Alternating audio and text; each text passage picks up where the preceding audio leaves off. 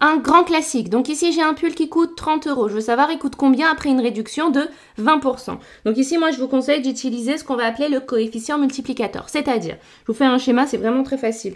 Donc là, par exemple, j'ai ma valeur initiale. Ok, c'est-à-dire le prix de départ. Ici, c'est la valeur finale, c'est-à-dire mon prix d'arrivée. Et entre les deux, pour passer de l'un à l'autre, je vais devoir ici avoir mon coefficient multiplicateur. Donc, je vais multiplier par mon coefficient multiplicateur. C'est quoi le coefficient multiplicateur? En fait, dans le cas où on a une réduction, donc là, j'ai une réduction de 20%, mon coefficient multiplicateur, c'est égal tout simplement à 1 moins 20%. 20%, on sait qu'on peut le noter ici.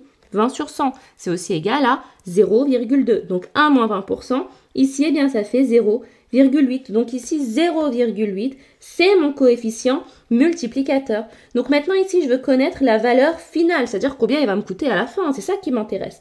Donc on a dit que la valeur finale, c'était égal donc à la valeur initiale multipliée ici par notre coefficient multiplicateur. C'est quoi notre valeur initiale? Là, on a dit qu'initialement, on avait un pull qui coûtait 30 €. Donc, ma valeur initiale, eh bien, ce sera ici 30 €. Là, je veux savoir le prix, la valeur finale. Donc, on est parti, je dois juste appliquer là bêtement cette formule. Ma valeur initiale, eh bien, c'est 30 que je multiplie par mon coefficient multiplicateur qui vaut 0,8. 30 fois 0,8, eh bien, c'est égal à 24. Donc, le pull, il va coûter 24 €.